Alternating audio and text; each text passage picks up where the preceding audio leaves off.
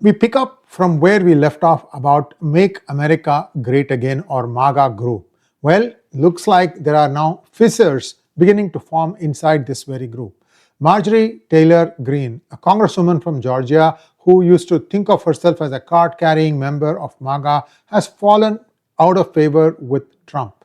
Why? We're going to take a look at that, and also many other people who are openly opposing Trump and from the Republican Party. What is going to happen to that? Like, for example, Congressman Massey, another guy who has been trying to provoke Trump into saying or doing things. So there are 3 or 4 people in the Congress today who are opposed to Trump and Trump's policies, which means that every time anything goes for a vote in the Congress, this is a touch and go affair. That's why, if you remember, I told you about this, Elise Stefanik was convinced to not move from Congress to become the US ambassador in the United Nations, and now she's continuing to be a congresswoman. Perhaps now she is also going to run for the governorship of the state of New York, thus giving her a path upward. It's going to be a very interesting situation if she goes up against Kathy Hochul,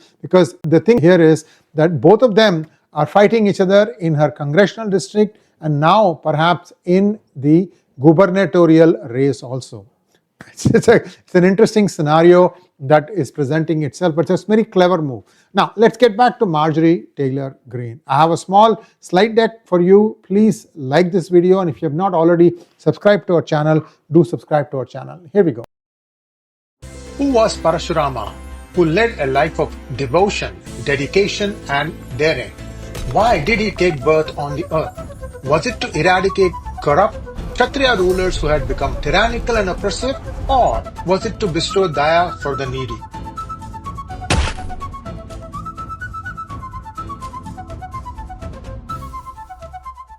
Trump dumps MTG over flip-flops. What were the flip-flops she did? Well, today or yesterday, I don't remember the exact date, Trump publicly revoked his endorsement for Marjorie Taylor Greene in the upcoming congressional elections in 2026.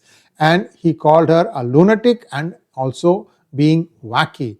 He labeled her complaints about his administration as constant whining. He says Republicans in Georgia are tired of her antics. He also announced that he will be backing a primary candidate in 2026, which means that essentially she is being erased out of the MAGA playbook. I don't know how the MAGA constituency is going to react. Let's take a quick look at why this is happening. He also said that she wants to move up the political ladder. She wanted to run for the governor of the state of Georgia, and he said that her polling numbers for either running for the governor of Georgia or running for a senator of Georgia, both those numbers were too low. So basically, he's also telling his MAGA coalition that, look, this is not a horse you should be backing. So why all this is happening? For example, H-1B. She was one of those people who had very strong stance against the Indian Americans. I mean, I'll tell you about that in a little bit more detail in the next few slides. So he has recently changed his stance on H-1B. See, this is where it happened. There are some well-meaning folks who watch videos such as those put out by PGurus. They understand that they are essentially shooting themselves in the foot if they continue to do these kind of rhetoric. So things have been changing now. Trump has softened his stance. We are also seeing that Canada seems to have announced a huge multi-billion-dollar program to attract H-1B holders from US to come and work in Canada. See, this is being used like some sort of a trademark or a reference benchmark. If somebody got an H-1B, then he should be good, and therefore we will consider that and give him a work access in Canada. So this is an interesting scenario because of the NAFTA, you could live in Canada, but you could still work in an American company. There are some rules and regulations. I don't know the taxation part of it, but H-1B people who are out of a job, maybe they'll find an out by going to Canada. Maybe they can work for a little less amount. Okay, this is just a policy statement at this point of time. You need to dig into the details as to what Canada is offering before you can make up your mind. Of course, where you're going to stay in Canada, where you're going to live in Canada is also something that you'll have to give careful thought to. Now, MTG, which is Marjorie Taylor Greene, criticized Trump's engagement with foreign leaders, claiming it does not help Americans. And Trump responded, she has lost her way. So you can see that he is beginning to distance himself from her, thinking that she is becoming more and more of a deadweight. She was born in 1974 and is a far-right US representative for Georgia's 14th district since 2021. So 2020 she won, 2022 and 2024, and now she has set her sights higher. She wants to either run for the Senate, one of the 2 Senate seats for Georgia, or she wants to run for governor of Georgia. And I think this is where Trump has stepped in and said, no, I'm not going to endorse you for any of those positions. So now she finds herself in a bit of a pickle. Greene has also promoted anti-Semitism and white supremacist views, including the white genocide conspiracy theory. And there's a group called QAnon and Pizzagate, and she has also amplified conspiracy theories. Essentially, MTG is now beginning to find herself isolated, in my opinion, because she is firing back and she's saying that I don't worship or serve Trump, I worship God. Then she says Trump is lying about her phone calls. She says she gave Trump too much of her money and time. That's interesting. MTG frames herself as an America first, not Trump first person. She also says the political establishment is toxic and ripping the country apart. She is preparing for a post-Trump conservative era. It's possible that she might succeed, because if Trump or Trump's endorsement for the next president doesn't come up, then again there will be churn in the Republican Party, and there will be people saying that, okay, it's time we go and look for leadership outside of the Trump family or Trump circle. So in such cases, people like MTG and Massey, they may hope that, okay, they can be that person that the party could rally around them. Well, they'll have to do a lot of stuff before that. We'll see how that goes. So what did MTG do? She introduced a bill to end the H-1B visa program, targeting foreign skilled workers, especially Indian nationals. MTG claims the program replaces American workers and is being abused by big tech, AI firms, hospitals, and manufacturers. We have covered this program. There has been some abuse, but that doesn't mean you tar the entire community with the same brush. And the other thing is, over 70% of H-1B holders are from India. Yes, that is true. And 30% of Silicon Valley's tech workforce is of Indian origin, according to MTG.